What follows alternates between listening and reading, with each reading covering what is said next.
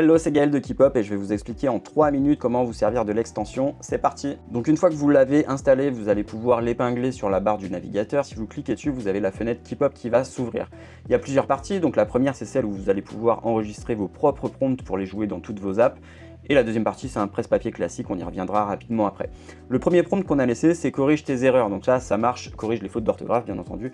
Ça marche dans toutes les apps, dans les chats, dans les messageries, sur les commentaires sur les réseaux, dans vos posts sur les réseaux sociaux, etc. Hyper simple, c'est celle qu'on utilise le plus souvent, donc on s'est dit on va la laisser par défaut.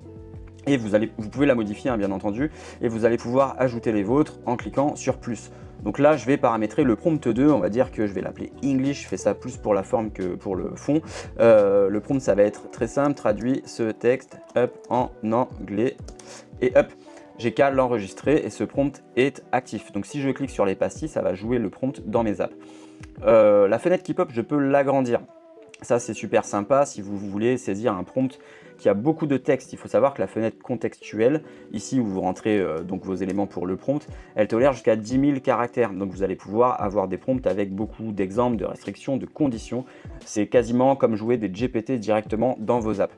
On va revenir donc sur la partie English. D'ailleurs j'ai fait une petite faute dedans, c'est pas grave, je réenregistre. Et pour rendre ce prompt actif avec un raccourci clavier et tous les autres aussi, il vous suffit de cliquer sur configurer vos raccourcis. Donc ici il y a un premier raccourci pour activer l'extension, c'est-à-dire pour ouvrir la pop-up Keepop. Là moi je lui attribue CTRL 0, vous pouvez attribuer ce que vous voulez.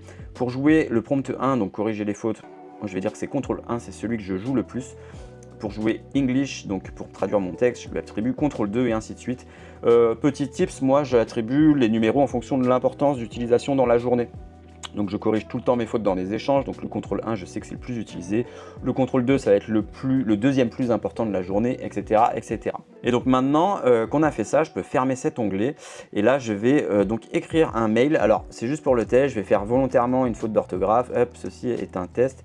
J'ai juste à sélectionner mon texte maintenant, donc je fais CTRL A, et CTRL A c'est le raccourci pour sélectionner son texte, ça marche aussi avec le curseur. Et si je fais CTRL 1, et ben tac, mon texte va être modifié. Je fais CTRL A, je fais CTRL 2, il va être traduit donc en anglais, voilà. Donc ça marche avec toutes les apps évidemment. Si vous aviez un prompt bien plus important, exemple, formate-moi ce bloc de notes que j'ai prise en post pour les réseaux sociaux selon mes conditions, mon style, etc. Et bien entendu, ça va vous renvoyer le bloc de texte entier. Ça marchera sur LinkedIn, sur Notion, sur Google Docs, là où vous voulez faire un brouillon, tout est possible.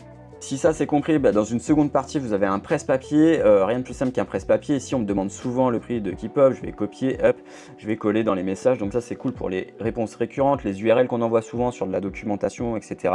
Ou les commentaires, nous on a un petit hack avec Keepop, dès qu'il y a une faute d'orthographe dans un commentaire sur les réseaux, je vais copier ma petite phrase. Tu peux aussi corriger tes commentaires directement avec Keepop, avec le petit lien qui va bien. En footer de l'app, vous avez donc un lien vers le support qui vous renvoie vers le site. Il y a une fenêtre de chat, n'hésitez surtout pas à nous poser des questions.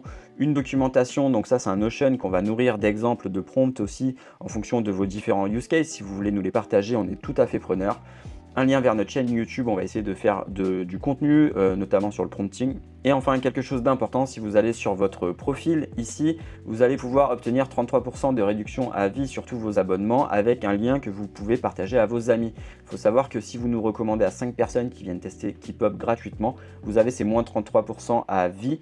Nous, ça nous file un sacré coup de pouce et c'est notre manière de vous remercier, surtout aux premiers utilisateurs.